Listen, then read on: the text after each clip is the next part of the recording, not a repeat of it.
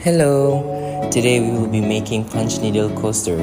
You may have bought our coaster kit. Follow along this video tutorial. In the kit, you will get the punch needle, yarns, colors according to the design, the monk's cloth that we've already drew the design on and have been stretched to the hook, and lastly, a piece of felt for the coaster's backing. Tools that are not included in the kit are a pair of sharp scissors, hot glue gun, and extra hot glue stick. Firstly, let's put in the yarn into the punch needle. So we'll get a threader along with the punch needle. So you put the threader through the hole at the tip of the needle, then pass it through the needle's opening all the way until it peeks through the other end, just like in the video. Then put in the yarn, slowly pull the threader back all the way.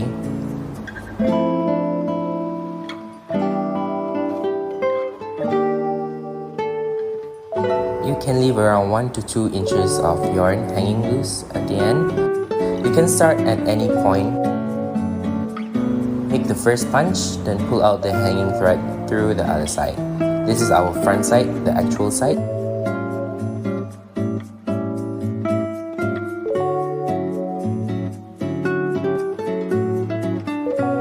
Then you can start punching the entire area. If you have never done this needle punching, I would recommend you to watch our basic video, which should be included along with the kit. Make sure the opening of the needle is facing towards the direction you are going. If you don't know what I mean by that, please watch our basic tutorials. The loops will look like this. Also, make sure you always have loose yarn, or we call it slack. If not, the loops will unravel. If you have uneven length of loops, that is because you didn't punch the needle all the way to the needle base. Notice how I always punch the entire needle through the fabric.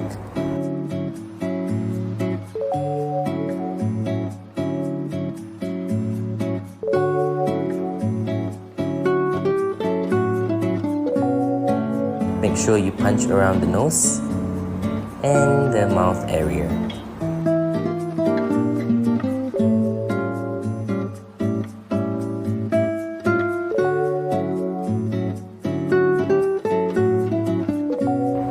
So once you've punched the entire area, you can cut the yarn, leaving extra yarn hanging on both ends.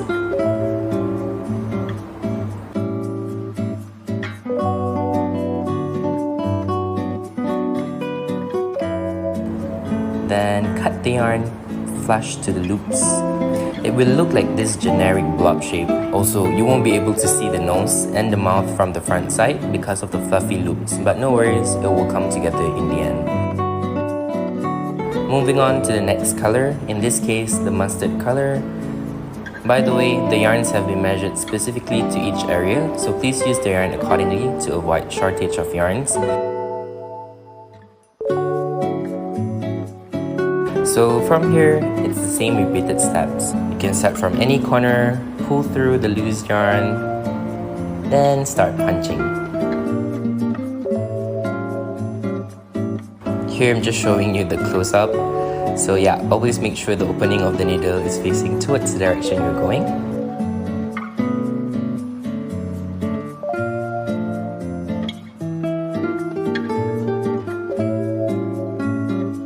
Your first line of loops will look messy and disoriented, but keep going. It will look better the more you punch.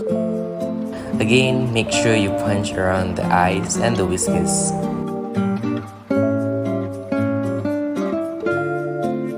As you're punching, you may find your monk's cloth loosening, which is normal. What you need to do is just stretch the cloth taut. Then just continue punching until you're done the entire area. And always make sure you have slacks available. almost done.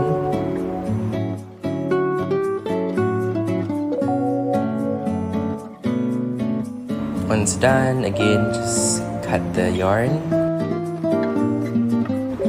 Now you can see the general shape of the kitty. By the way, excuse the stain on the mustard yarn. Once you've trimmed the loose yarn, you can use your needle to manipulate and move around the loops to make it look more neat.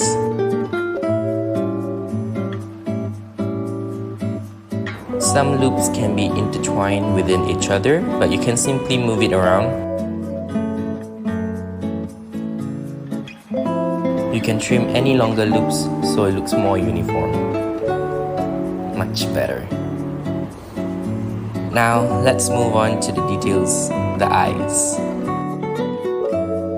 This will be so quick because you just have to punch 3 times to make the eyes. Then you're done.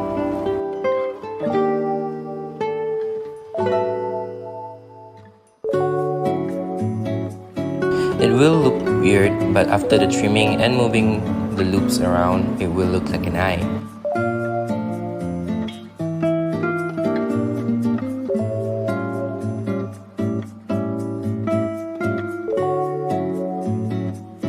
So yeah, once you're done, you just manipulate the loops.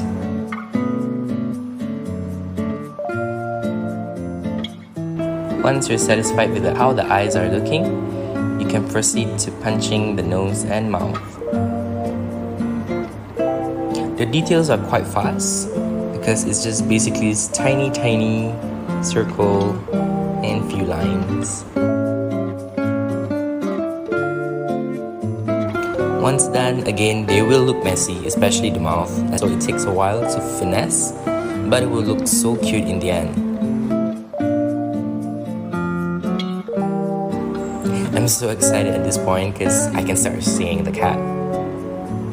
It's so cute. For the whiskers, it only took me 5 punches for each whisker, so I get around the same length of whiskers.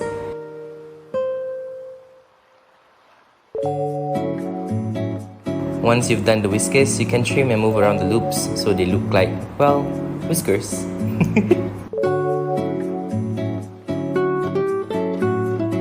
Now you can remove the hoop and we're going to cut the cloth, the monk's cloth, leaving around ½ inch around the edge. Monk's cloth does fray a lot and easily, so be careful to not cut the fabric too close to your design. Now you need to snip around the curve and sharp corners for easier folding later. Sharp scissors is really convenient for this step. I kind of struggle with this one because my scissors is not that sharp. Next, grab your hot glue gun, then apply the glue around the edge of your design, then fold in the cloth. That's a close-up for the corners. By the way, your coaster might be a bit too curvy at this point, but no worries, when we apply the felt, you can flatten it. You can apply more glue as needed. Apply more hot glue to the entire back of the design, like as much as you want. Then press the felt firmly onto this. You might have to press for a while until the glues cool down. Then you can apply more glue around the edge to hide the monk's cloth so it looks more professional.